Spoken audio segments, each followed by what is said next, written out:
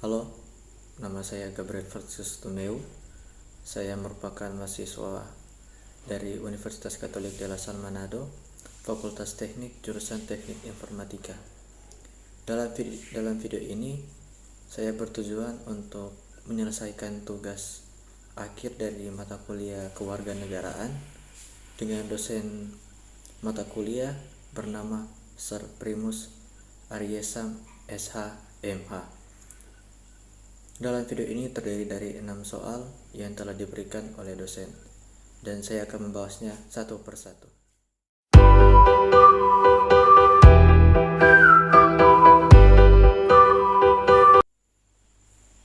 Indonesia merupakan suatu negara yang menjunjung tinggi hak asasi manusia, termasuk juga dalam menyampaikan pendapatnya. Hal ini didukung dengan adanya beberapa undang-undang yang telah dibuat, seperti Undang-Undang Nomor 9 pada tahun 1998 tentang kemerdekaan menyampaikan pendapat di muka umum adalah penjamin terhadap salah satu hak asasi manusia. Dan pada pasal 28 Undang-Undang Dasar 1945 yang berbunyi kemerdekaan berserikat dan berkumpul, mengeluarkan pikiran dengan lisan dan tulisan dan sebagainya ditetapkan dengan undang-undang. Akan tetapi, kebebasan berpendapat di muka umum tidaklah langsung mengikuti kemauan kita sendiri. Kita harus mematuhi norma-norma yang ada, terutama kita yang di Indonesia yang hidup berdampingan dengan latar belakang suku, agama, dan ras yang beragam. Penyampaian pendapat kita juga sekiranya memperhatikan hal tersebut. Jangan sampai terjadi salah paham karena pendapat yang telah kita berikan. Saya sering melihat di Indonesia terjadi hal seperti ini, di mana ketika seseorang berpendapat tentang suatu hal, akan ada seseorang atau bahkan sekelompok orang yang akan tersinggung. Mungkin itu karena cara penyampaiannya yang kurang baik atau pendengar yang salah mengerti pendapat yang diberikan. Indonesia memberikan hak masyarakat untuk berpendapat, tetapi harus memiliki pendapat yang berbobot dan positif.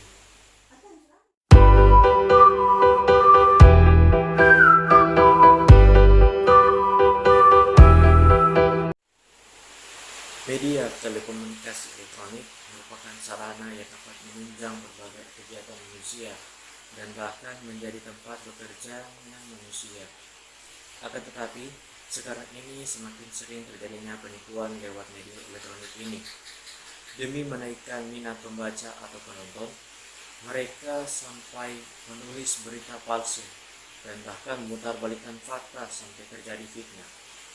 Menurut saya hal ini sangatlah meresahkan karena dapat memicu berbagai masalah seperti kebencian kepada suatu atau seseorang yang difitnah tersebut, padahal yang diberitakan oleh media belum tentu kebenarannya. Kenapa masih ada penipuan meski sudah dibuat undang-undang, terlebih khusus Undang-Undang Nomor 11 Tahun 2008? Alasannya cukup sederhana menurut saya. Yang pertama adalah masalah ekonomi. Mengapa saya mengatakan masalah ekonomi? Karena saat seseorang tidak mempunyai pekerjaan dan tidak mempunyai skill untuk bekerja, jalan satu-satunya adalah untuk mendapatkan uang adalah dengan melakukan kejahatan seperti menipu orang. Karena hal tersebut dapat membuat dia mendapatkan uang yang dapat menyelesaikan masalah ekonominya. Nah, dan bagaimana cara untuk mengatasi permasalahan tentang kasus penipuan dan kejahatan lewat media internet ini? Menurut saya, dari dua sudut pandang baik itu pemerintah maupun masyarakat, pemerintah telah melaksanakan tugasnya dengan membuat undang-undang, terlebih khusus Undang-Undang Nomor 11 Tahun 2008 ini. Nah, untuk masyarakatnya sendiri, saya rasa kita sebagai masyarakat juga harus sepantasnya untuk tidak sadar diri untuk tidak melakukan penipuan tersebut. Dan alangkah baiknya dari pihak pemerintah juga harus membuat suatu lapangan pekerjaan yang lebih banyak agar semakin sedikit orang yang kekurangan dalam bidang ekonomi tersebut, dan juga dapat dilakukan pembinaan sejak dini kepada masyarakat sejak mereka masih anak-anak duduk di bangku sekolah dasar, agar kelaknya mereka nanti dapat tumbuh menjadi orang yang dapat menggunakan media internet ini lebih baik.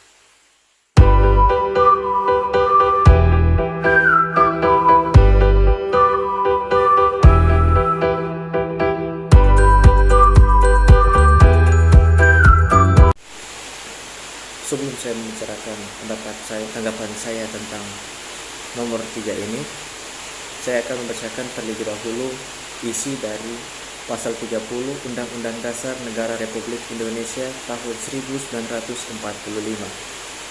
Pasal 30 ayat 1 mengamanatkan bahwa tiap-tiap warga negara berhak dan wajib ikut serta dalam usaha mempertahankan pertahanan dan keamanan negara.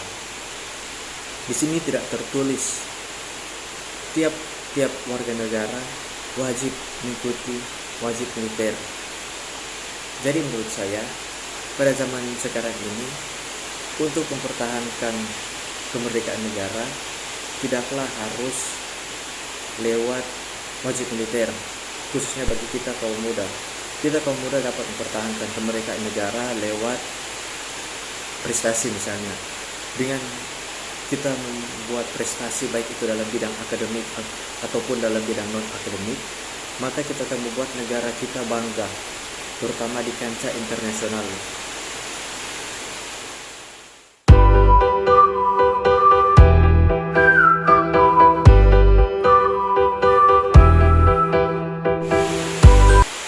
Tanggapan saya, jika kita berbicara di luar konsep hak asasi manusia, menurut saya itu di luar konsep ya. Menurut saya itu bukan tindakan yang tepat, karena demi mempertahankan keamanan negara, para aparat harus siap tanggap dan cepat untuk menangkap para pelaku-pelaku terorisme yang ada di Indonesia, kaum radikalis yang ada di Indonesia, terutama setelah mendengar laporan Intel yang merupakan badan intelijen dari suatu negara.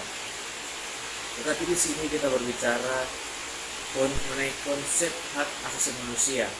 Jika dalam konsep ini saya berpikir itu merupakan sesuatu hal yang tidak patut dan tidak pantas, karena saya contoh di sini secara cepat dan terpadu, seperti ketika polisi mendengar laporan Intel tentang rencana kaum radikalis untuk melakukan teror, maka tanpa memerlukan pembuktian. Saya menggarisbawahi di sini kalimat tanpa memerlukan pembuktian. Jika menangkap seorang tanpa bukti yang jelas dan akurat, maka itu merupakan tindakan yang fatal. Itu merupakan tindakan yang melanggar hak asasi manusia, karena itu semacam pemfitnaan, karena tanpa bukti lalu ditangkap. Jika membicarakan hak asasi manusia, setiap manusia mempunyai hak untuk membela dirinya, apalagi di sini ketika dia ditangkap tanpa bukti apapun.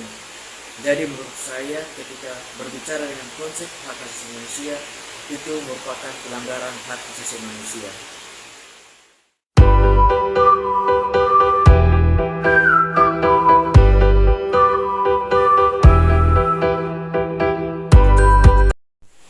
Pendidikan kewarganegaraan merupakan suatu pendidikan yang sangat penting, terutama bagi kaum mahasiswa di universitas perguruan tinggi.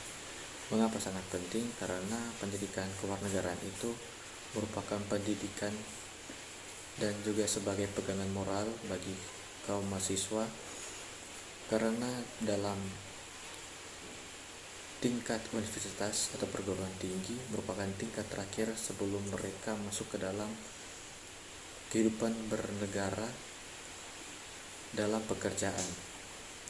Mengapa itu sangat penting menurut saya? Karena ketika mereka bekerja, mereka akan lebih masuk ke dalam sosialisasi masyarakat dan dalam kehidupan bernegara.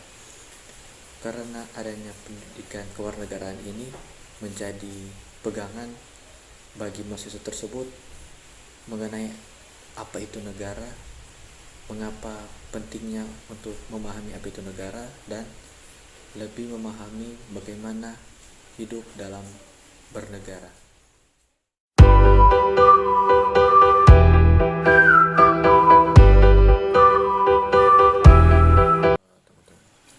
Wawasan Nusantara berfungsi sebagai pedoman, motivasi, dorongan, serta rambu-rambu dalam menentukan segala jenis kebijaksanaan, keputusan, tindakan, dan perbuatan bagi penyelenggaraan negara di tingkat pusat dan daerah maupun bagi seluruh rakyat Indonesia dalam kehidupan sehari-hari dalam bermasyarakat, berbangsa, dan bernegara.